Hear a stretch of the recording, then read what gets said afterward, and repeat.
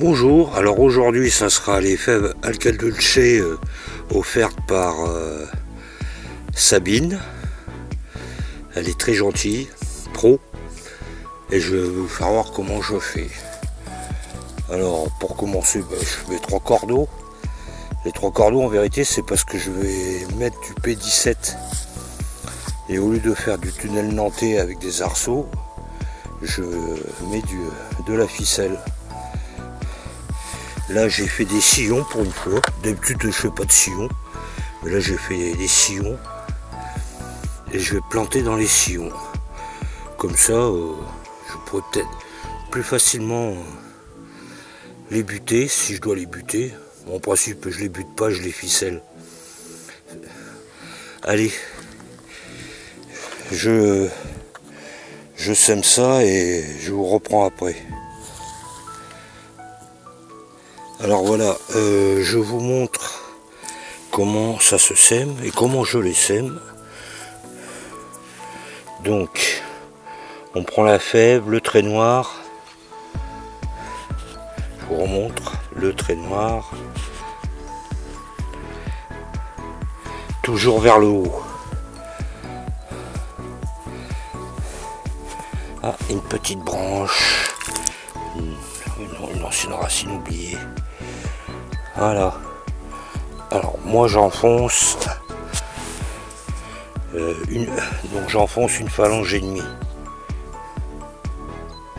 C'est-à-dire ça. Allez, vous pouvez aller jusqu'à 2 phalanges, mais pas plus. Voilà. Vers le haut, le trait noir.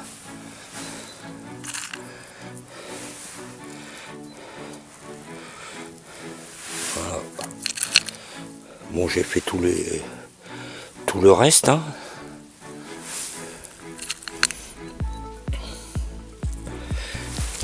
Donc voilà. Et tout le reste est fait. Alors ce qu'il faut savoir, c'est que vu que je fais 3 rangs, le rang du milieu doit être plus. Les semis doivent être beaucoup plus écartés que l'extérieur. Parce que sinon, elles ne verront jamais assez de soleil au milieu.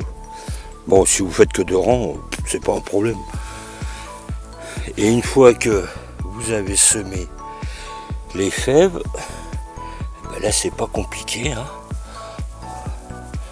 On rebouche.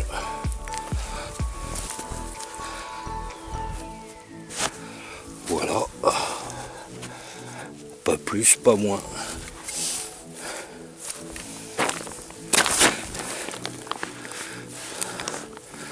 Hein, c'est très très rapide. Hop, une grosse motte. Voilà. Et de laisser les trous, ça permet de voir où vous avez déjà semé, hein. Bon, bien sûr, les professionnels, ils ont des semoirs. Je suis pas professionnel, je suis un petit amateur. Donc c'est tout à la main. Voilà. Alors une fois que vous avez semé, quelle est la règle pour tout semis, rempotage ou bouture? Eh bien l'arrosage. Donc voilà, je vais aller chercher de l'eau.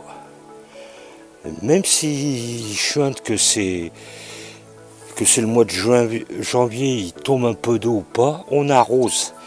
C'est pas oui, non, peut-être il va pleuvoir. C'est des semis, des rempotages, des boutures. C'est arrosage obligatoirement.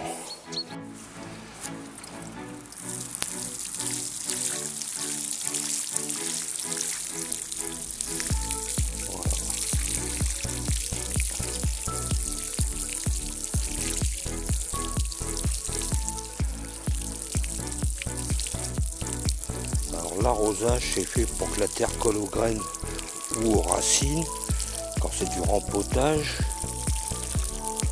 ou du bouturage.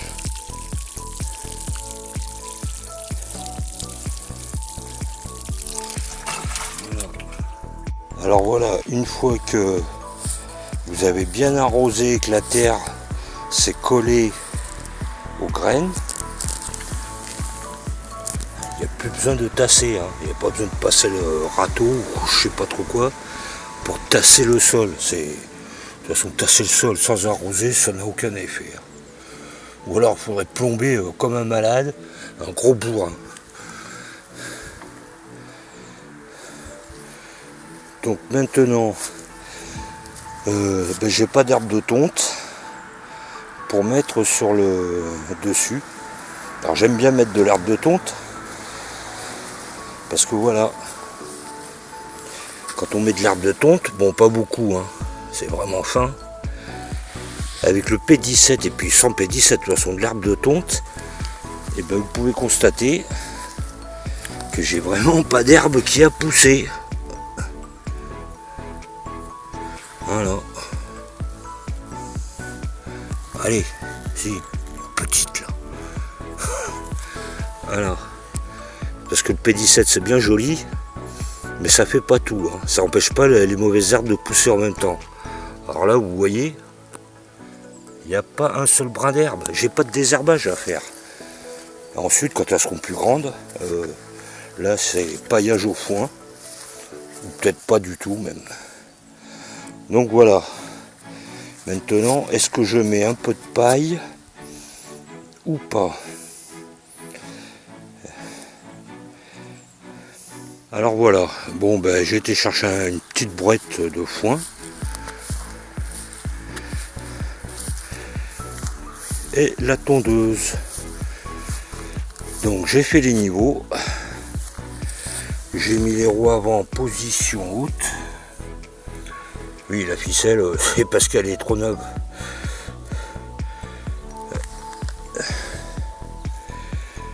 Et je pense que... Bon, vous n'oubliez pas de faire les niveaux d'huile. Ben, rajouter de l'essence s'il y a besoin. Et vous passez la tondeuse comme ça, jusqu'à ce que ça remplisse le panier. Enfin, ça va faire des brins de foin pour pailler les semis. Donc voilà, une fois que vous avez bien mis le brin partout et que vous avez fait de la petite brindille, alors ça va tout seul à pailler.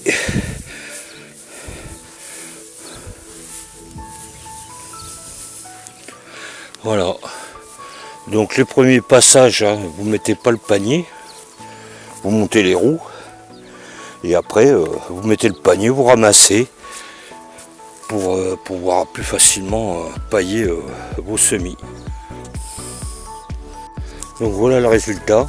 Bon, ça prend 10 minutes. Hein. Enfin, ça prend le temps que ça prend. Si vous vous dépêchez, ça prend 5 minutes. Et vous pouvez voir que c'est juste un petit paillis de surface. Bon allez, on va dire 3 cm max à des endroits, mais sinon le sol il est en dessous. Hein.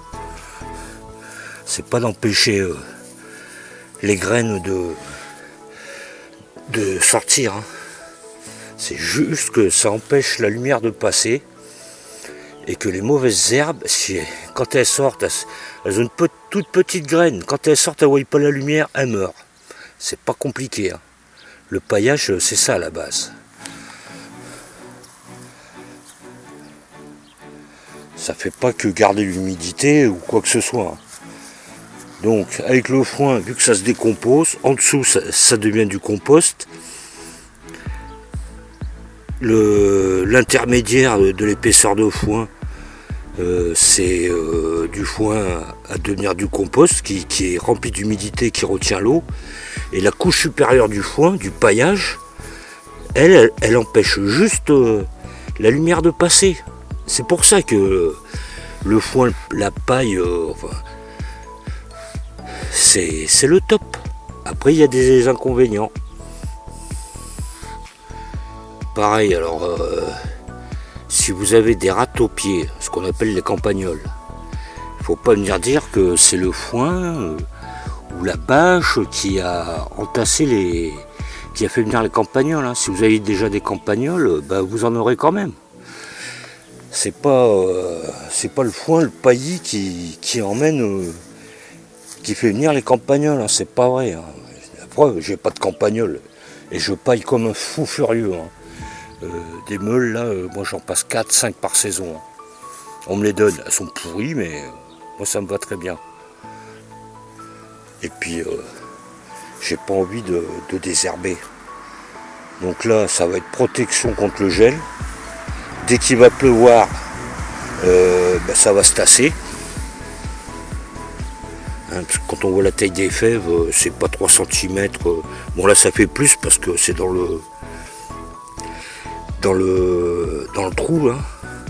Enfin dans le sillon, mais dès que ça va se tasser, il restera même pas 1 cm. Et 1 cm de foin, de paillis, d'herbe de tonte, la graine elle passe à travers. Faut pas rigoler, hein. Une graine ça s'enfonce à 5 cm. Bon moi je les mets peut-être à 4, mais ça pousse, ça traverse 5 cm de terre, donc c'est pas les 1 cm de foin tassé ou d'herbe de tonte tassée qui va les empêcher de sortir. Bah, la preuve est là, hein. Il y avait 1 cm d'herbe, bon ça a fondu, hein. Mais voilà, hein, elles sont sorties, elles sont bel et bien là. Hein. Allez, maintenant le P17, ça c'est pour empêcher les merles de venir gratter. Ah, parce qu'ici les oiseaux ils sont bien gras. Hein. Quand on est à 3 tonnes de vers de terre à l'hectare,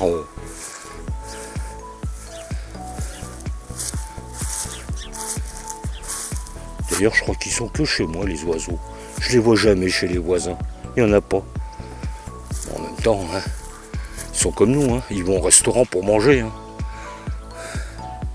Et voilà, le P17 est posé avec des tuiles. Et là, vous voyez, il est à ras le sol.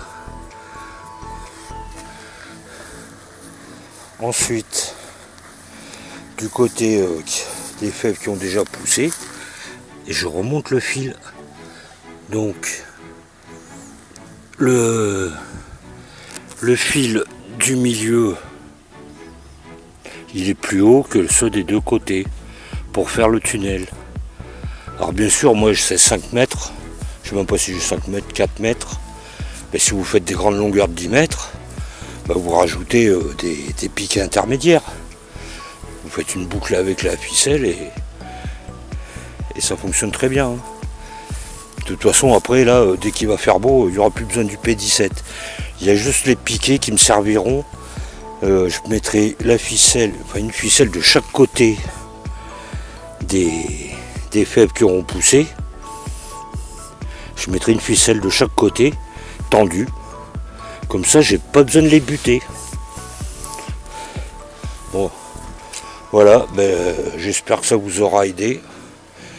Moi, j'ai fini pour aujourd'hui. Il commence à faire sombre. Allez, ciao, ciao, à plus la room.